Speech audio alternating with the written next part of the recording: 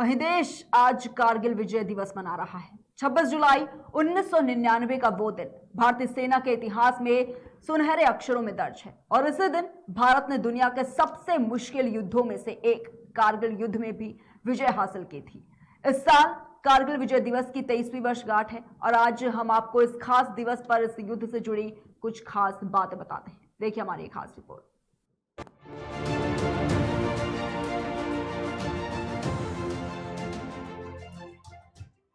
केंद्र शासित प्रदेश लद्दाख की संयुक्त राजधानी कारगिल है। ये वही जगह है जहां पर पाकिस्तानी सैनिकों और आतंकियों ने मई 1999 में घुसपैठ की थी, लेकिन भारतीय सैनिकों ने अपना पराक्रम का परिचय देते हुए पाकिस्तानी सैनिकों के दांत खट्टे कर दिए थे। शहीद हुए नायकों के सम्मान में मनाया जाता है कारगिल दिवस। कारगिल विजय दिवस कारगिल युद्ध में शहीद हुए नायकों के सम्मान में मनाया जाता है, जो मातृभूमि की सेवा करते हुए शहीद हो गए। हर साल इसी दिन प्रधानमंत्री दिल्ली में इंडिया गेट पर अनंत लौ अमर जवान ज्योति पर सशस्त्र बलों को श्रद्धांजलि देते हैं। 1999 में मई से जुलाई के बीच हुई कारगिल की लड़ाई। इस दिन भारतीय फौज ने उन सभी चौकियों को वापस पाकिस्तान से ले लिया जिस पर उन्होंने कब्जा किया हुआ था।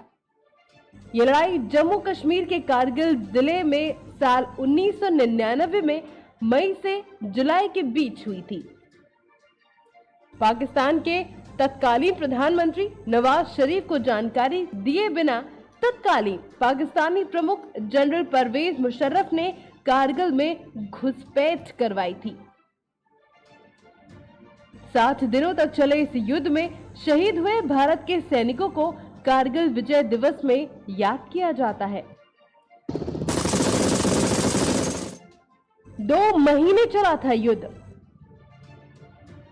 भारतीय जवानों ने स्टेप वाइज पाकिस्तानी सेना को हराया। पड़ोसी देशों के बीच 2 महीनों तक चली लड़ाई 3 चरणों में लड़ी गई। पहले चरण में पाकिस्तानी सेना ने टाइगर हिल और अन्य चौकियों पर खुद को रखकर भारतीय क्षेत्र पर आक्रमण किया। दूसरे चरण में भारतीय सेना ने परिवहन मार्गों पर कब्जा करके और पाकिस्तानी आक्रमण के ठिकानों की पहचान करके जवाब दिया। कारगिल युद्ध के अंतिम चरण में भारतीय सेना भारतीय वायुसेना की मदद से पाकिस्तानी सैनिकों को निकालने के मिशन को पूरा करने में समक्ष हुई। 526 जवानों के साथ शहीद हुए कैप्टन विक्रम बत्रा।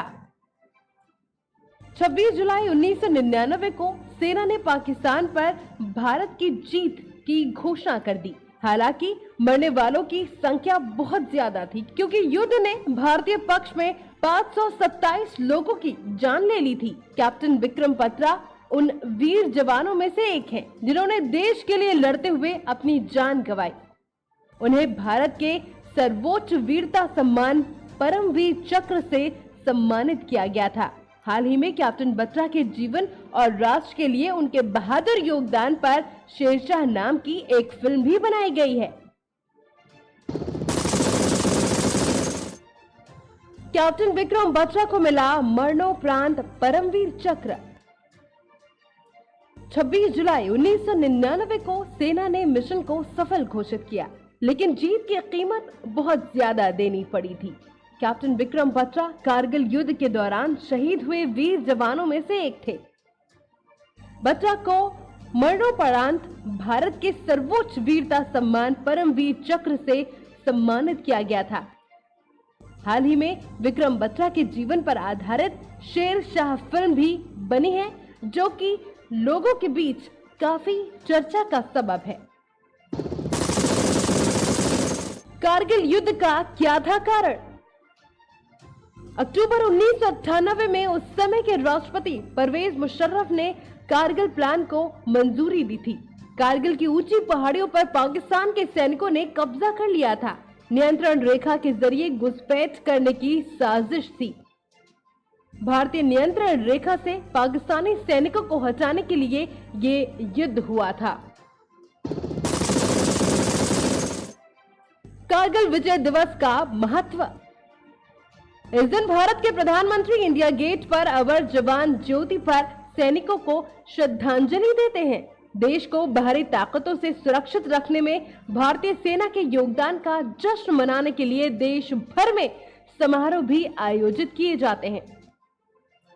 शहीदों के परिवारों का भी स्मारक सेवा में स्वागत होता है। क्योंकि इस वर्ष कारगिल विजय दिवस की 23वीं वर्षगांठ है, इसलिए युद्ध स्मारक पर ध्वजारोहण समारोह के लिए विशेष कार्यक्रमों की भी योजना बनाई गई है। केकेडी न्यूज की पूरी टीम की तरफ से आप सभी को कारगिल दिवस की हार्दिक शुभकामनाएं।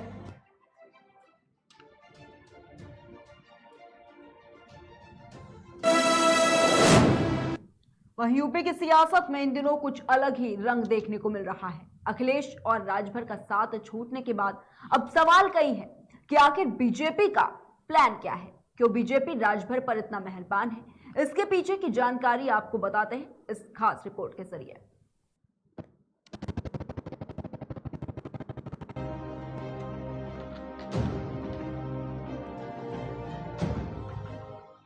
राष्ट्रपति चुनाव में द्रौपदी मुर्मू को वोट के तुरंत बाद राजभर को वाई श्रेणी की सुरक्षा मिल गई। खबर है कि बीजेपी राजभर को एक और बड़ा रिटर्न गिफ्ट देने जा रही है।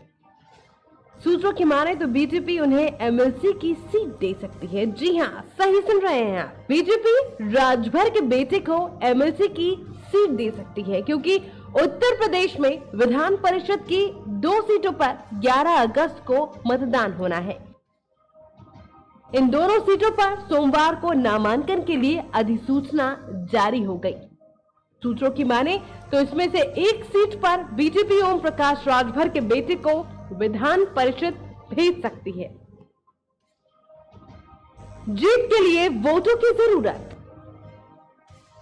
विधान परिषद के खाली हुई 2 सीटों पर हो रहे उपचुनाव में एक सीट जीतने के लिए 200 वोट की जरूरत पड़ेगी। इस लिहाज से भाजपा एक सीट तो आसानी से जीत सकती है, दूसरे के लिए उसे मेहनत करनी पड़ सकती है क्योंकि बीजेपी गठबंधन की 273 सीटें हैं, सपा के 111 विधायक हैं, जबकि सपा के गठबंधन दल आरएलजी के 8 और राजभर की पार्टी सुभा सपा के 6 विधायक हैं। ऐसे में अगर बीजेपी राजभर के बेटे को चुनाव में समर्थन देती है तो दूसरे वरीयता के वोट से वो जीत सकते हैं। इस तरह राजभर पर एक और एहसान कर बीजेपी अखिलेश यादव को भी एक मैसेज दे सकती है। आपको बता दें कि राजभर अपने बेटे को विधान परिषद भेजना चाहते थे। गठबंधन के मजबूत साथी होने की वजह से उन्हें लगता था कि अखिलेश उन्हें विधान परिषद की एक सीट दे सकते हैं, लेकिन ऐसा नहीं हुआ। अखिलेश से गठबंधन के दूसरे साथी जयंत को राज्यसभा भेज दिया गया। राजभर इससे बेहद आहत थे। चुनाव में बेहतर प्रदर्शन करने के बाद भी गठबंधन में उन्हें वो मुकाम नहीं मिला जो जयंत को हासिल हुआ है। अखिलेश के खिलाफ हमला करने के पीछे राजभर की ये टीज भी है। आपको बता दें कि विधान परिषद के लिए जिन 2 सीटों पर चुनाव हो रहा है, ये सीटें सपा की है।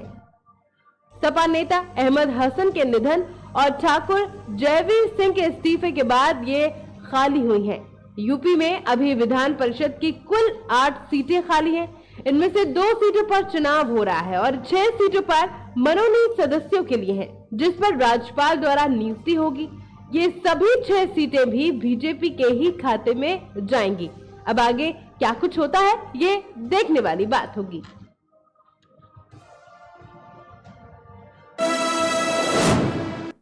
फिलहाल एक छोटे से ब्रेक के लिए जल्द हाजिर होंगे।